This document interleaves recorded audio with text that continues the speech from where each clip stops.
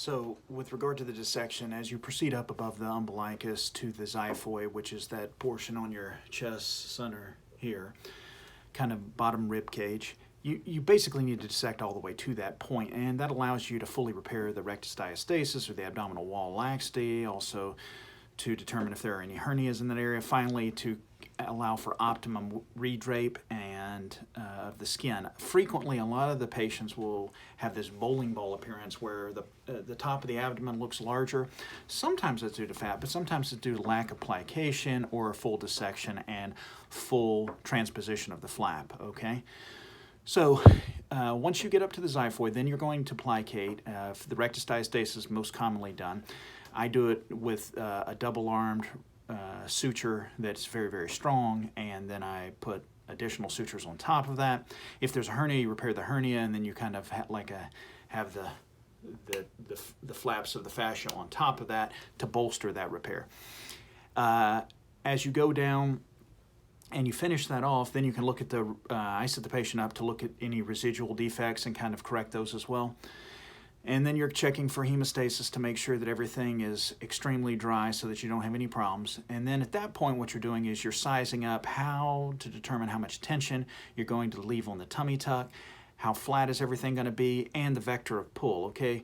So the vector of pull is fairly important, and the reason for that is, and this also comes down to dissection technique as you move to the waist. If you do a relatively straight up and down dissection and you pull the flap straight up and down, the person ends up looking boxy, and that's very common with tummy tucks, okay? It doesn't give a lot of curvature. Now, sometimes people will add liposuction to it and improve it slightly, but what you really need to do is improve that curvature by how you cut the flaps, the relative tension along those flaps, and so if you pull the flaps in from the side and you dissect farther to the side at the waist level and you pull those you are going to have a much different look, okay? And that's very important. That takes a lot more skill to do than the straight up and down, and you have to do it intraoperatively because you won't be able to predict that before the surgery.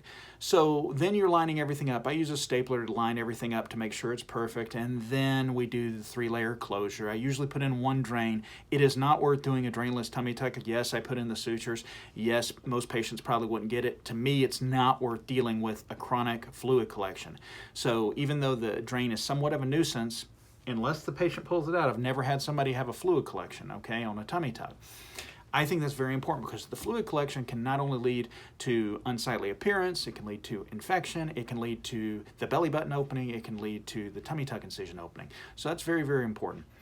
As far as recovery, I request that the patient probably take 1 to 2 weeks off from sedentary work and then 6 weeks of avoiding exercise, particularly if there's a hernia repair, because the number one complication with hernia repair is recurrence.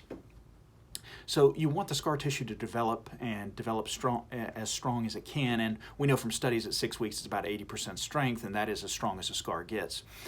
And patients will follow up with me at like 1 week, and then to get the drain removed possibly at 2 weeks, and then maybe at the 6th week.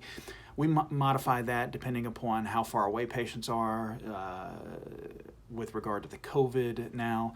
So we're very accessible. I'm very accessible by email, phone. We can even do, sometimes we're doing Skype type things. So these virtual things sometimes are important in this particular setting. How do you select a tummy tuck surgeon? It comes down to the same kind of parameters as I discussed with the liposuction. Now, not everybody will be per se will be an expert at everything, okay? Now, there are some surgeons who have a much broader practice and who may be much, much busier. You can get a sense of that by looking at the before and after pictures. If you have a lot of before and after pictures, you probably can be fairly certain that the surgeon's busy, but then also examine the quality of the pictures. If the quality is great and the number is great, you probably have a high probability of a success. And I think looking at the videos, if the surgeon supplies those, is very helpful to determine what types of things are negotiated during the surgery, okay? Some of those things they don't even occur to certain plastic surgeons to include this or that, and that can make the difference in the result, okay? So that kind of completes my tummy tuck portion. For the next in the series, we'll do another common surgery for me, which is breast augmentation.